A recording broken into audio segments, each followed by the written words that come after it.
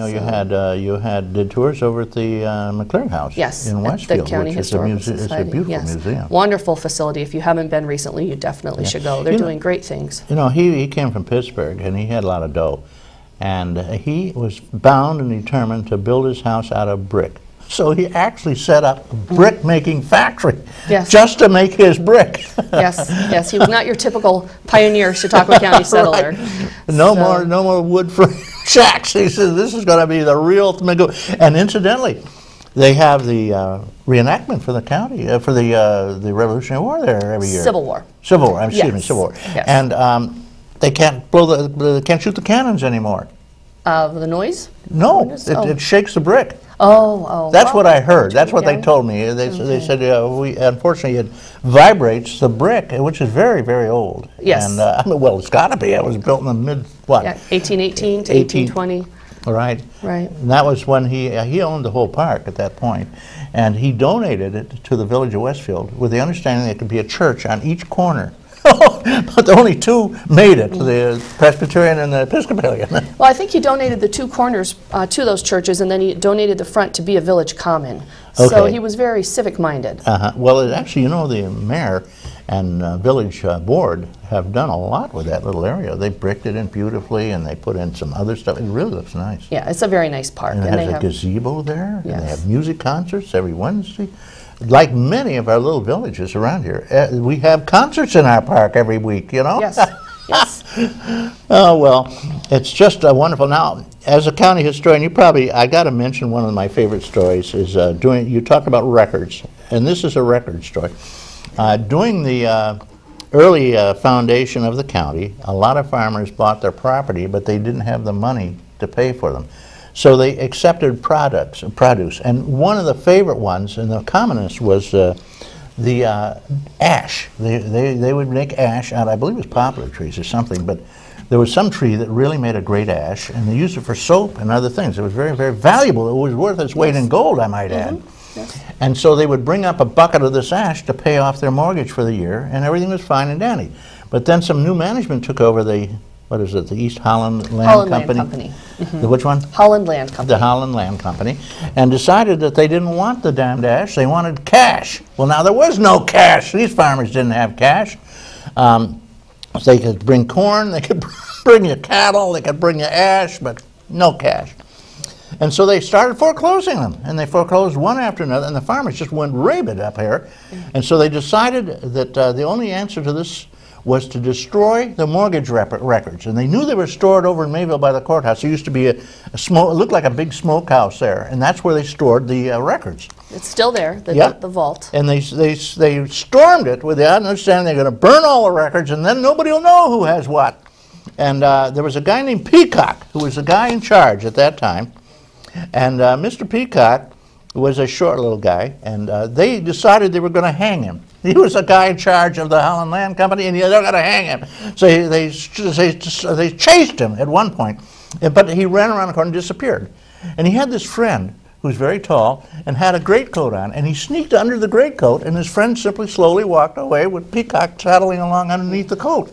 He got away with his life, and they quickly appointed William Seward, the new land guy who became Secretary of State. We got a call. Good morning, caller. Thank you for waiting. Good morning, Reed. I see you're talking more than your guest as usual. Well, this is my program, and she's just window dressing, you know. Very attractive, though, huh? Well, my question is to your guest, and it has to do with the bicentennial for the county coming up. My question is probably a lengthy one, but what all does the county have planned for the bicentennial? I know that and the ferry hold those same bicentennials, so... Yeah, it's wonderful. I'll let you talk about that. Thank you. Yeah, we have a committee who's been working together, and we're talking about some ideas for what we can do to celebrate next year. And we would like to have a birthday celebration on February 9th in 2011, because that is the official date that the county government came into being. We were officially recognized as an independent county government on February 9th, 1811. So on that date, that's a Wednesday next year, and that we would like to have a special legislative meeting and have it open to the public and invite people to come, and we'll officially proclaim the beginning of our bicentennial year. and you know, just allow everyone to recognize the fact that that is our 200th anniversary. Where's this party going to be held? You know? We'll probably have it at Chautauqua Suites so that we can have as many people come who would care to. It's larger than our legislative chambers. Okay. So that'll be our first big celebration. And then we've also been talking with the folks who organized the 4th of July celebration in Mayville, which Fireworks, is fireworks. the county, Yeah. which is the county 4th of July celebration. And it's a wonderful group, and they've been doing such a wonderful celebration for years. And I've spoken with them about having next year have a theme of the bicentennial, and they're very interested in that. So if you're with an organization that likes to do floats, or you know, you have some other civic group that would like to participate, I think it would be really fun for everyone to embrace the idea of the bicentennial that year and have that be the theme for the celebration. Remembering this is a year from now. It's Right, not this July. just July. It would be next July. And we also are talking with some of the different historical societies. We have 23 historical organizations in Chautauqua County, which is wonderful.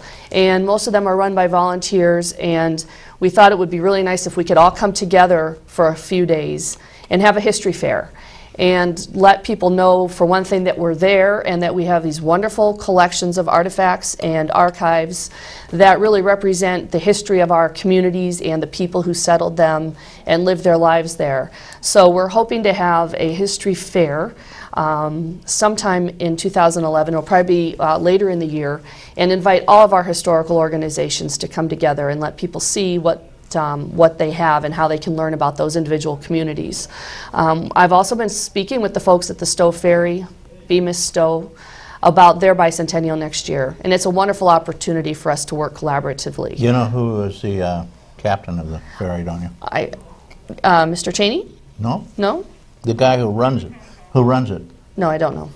Right in there, Randy. Oh, Randy Burt. Burt, yes. He had to go to school, learn to be a pilot. Oh. You have to be a pilot, even though it's hooked up to something. You have to have pilot training. Well, Couple of calls. You want to take another call? sure. Thank you, caller. I hope we answered your question. Yeah, I just got one real quick question for you. You got all you want. You can take all the time you want.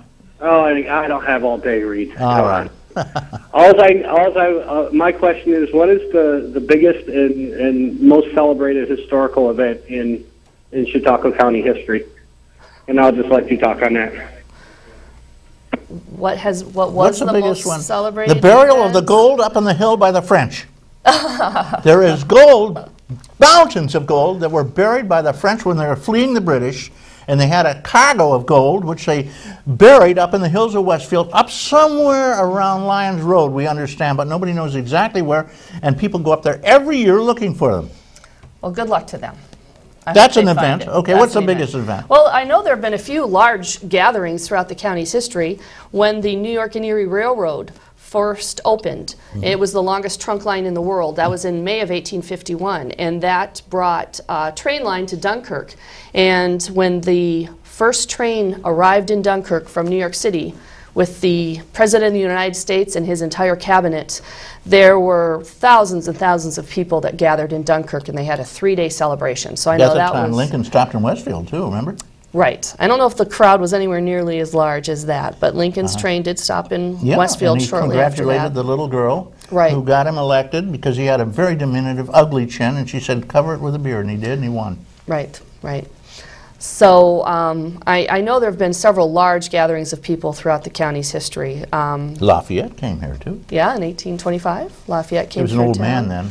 Let me give you an interesting fact about Lafayette. Okay. You know how he was when he came here. He was already a major general in France, and he was married to a relative of the king, and his family is very wealthy. Left him very young, quite wealthy, because they died. When he came here, Washington appointed him a major general too, and gave him command. Well, actually, he was an aide-de-camp for a while, taking care of his, helping Washington. You know how old he was? How old? 19. Wow. Wow, 19 years old.